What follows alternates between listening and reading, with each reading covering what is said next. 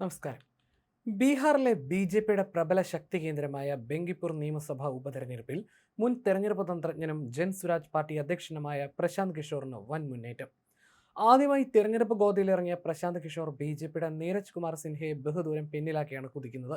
13 റൗണ്ടുകൾ എണ്ണിക്കഴിഞ്ഞപ്പോൾ 7000-ലധികം വോട്ടുകളുടെ മേൽക്കൈ പ്രശാന്ത് കിഷോർ നേടിയിട്ടുണ്ട്.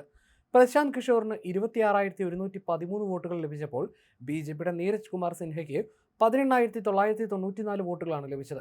ഇവിടെ RJD സ്ഥാനാർത്ഥി രേഖ ഗുപ്ത ഏറെ പിന്നിലാണ്, 5,583 വോട്ട്. ബങ്കിപ്പൂരിലെ പോരാട്ടം രാജ്യം വളരെ ആകാംക്ഷയോടെയാണ് ഉറ്റുനോക്കുന്നത്. 2025 നവംബറിലെ നിയമസഭാ തെരഞ്ഞെടുപ്പിൽ മത്സരിച്ച 238 സീറ്റുകളിൽ ഒന്നിൽ പോലും വിജയിക്കാൻ കഴിയാതിരുന്ന ജൻ സ്വരാജ് പാർട്ടിക്ക് ഇവിടെ കിഷോർ ജയിച്ചാൽ അത് അവരുടെ കന്നി വിജയമായി മാറും. മഞ്ചൽപൂരിൽ കോൺഗ്രസിനെതിരെ BJP തങ്ങളുടെ മേൽക്കൈ തുടരുമ്പോൾ ദാദിയയിൽ ഇതുവരെ ഭരണമാറ്റത്തിന്റെ സൂചനകളൊന്നും കാണുന്നില്ല. ദാദിയിൽ കോൺഗ്രസ് സ്ഥാനാർത്ഥി ഘൻശ്യാം സിംഗ് മുന്നേറുന്നതോടെ പാർട്ടിക്ക് ഈ സീറ്റ് നിലനിർത്താൻ കഴിയുമെന്നാണ് സൂചനകൾ.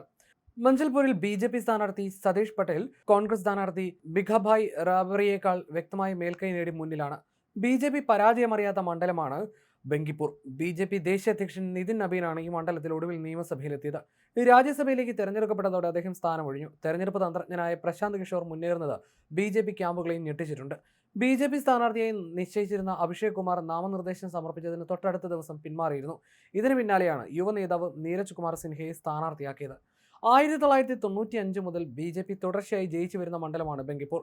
BJP ദേശീയ അധ്യക്ഷൻ നിതിൻ നവീൻ രാജ്യസഭയിലേക്ക് തെരഞ്ഞെടുക്കപ്പെട്ടതിനെ തുടർന്നാണ് ഇവിടെ ഉപതെരഞ്ഞെടുപ്പും വേണ്ടി വന്നത്. ജൂലൈ 30 നടന്ന വോട്ടെടുപ്പിൽ 34.30% വോട്ടാണ് ഇവിടെ രേഖപ്പെടുത്തിയത്. വോട്ടെണ്ണലിന് തൊട്ട് മുമ്പ് വരെ ഭരണകൂടവും പോലീസും തെരഞ്ഞെടുപ്പിൽ ഇടപെടാൻ ശ്രമിച്ചെന്ന ആരോപണമായി പ്രശാന്ത് കിഷോർ രംഗത്തെത്തിയിരുന്നു.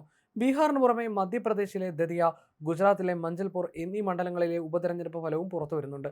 കോൺഗ്രസ് MLA ആയിരുന്ന രാജേന്ദ്ര ഭാരതിയെ അയോഗ്യനാക്കിയതിനെ തുടർന്നാണ് മധ്യപ്രദേശിലെ ദാദിയ സീറ്റിൽ ഉപതെരഞ്ഞെടുപ്പ് വേണ്ടി വന്നത്. മുതിർന്ന നേതാവും മുൻ MLAയുമായ കുൻവാർ ഘൻശ്യാം സിംഗാണ് കോൺഗ്രസിനായി ഇവിടെ മത്സര രംഗത്തുള്ളത്. അശുതോഷ് തിവാരിയാണ് BJP സ്ഥാനാർത്ഥി. അശുതോഷിന്റെ കന്നി മത്സരം കൂടിയാണിത്. മുതിർന്ന BJP നേതാവും മുൻ MLAയുമായ നരോത്തം മിശ്രയ്ക്ക് സീറ്റ് നിഷേധിച്ചതിനെ ചൊല്ലി BJPക്കുള്ളിൽ വലിയ പൊട്ടിത്തെറി ഇവിടെ ഉണ്ടായിരുന്നു. നരോത്തം മിശ്രയ്ക്ക് സീറ്റ് നൽകിയില്ലെങ്കിൽ കൂട്ടരാജ്യം ഉണ്ടാകുമെന്ന് നേതാക്കൾ ഭീഷണി മുഴക്കിയത് BJPക്ക് വലിയ തലവേദനയായിരുന്നു.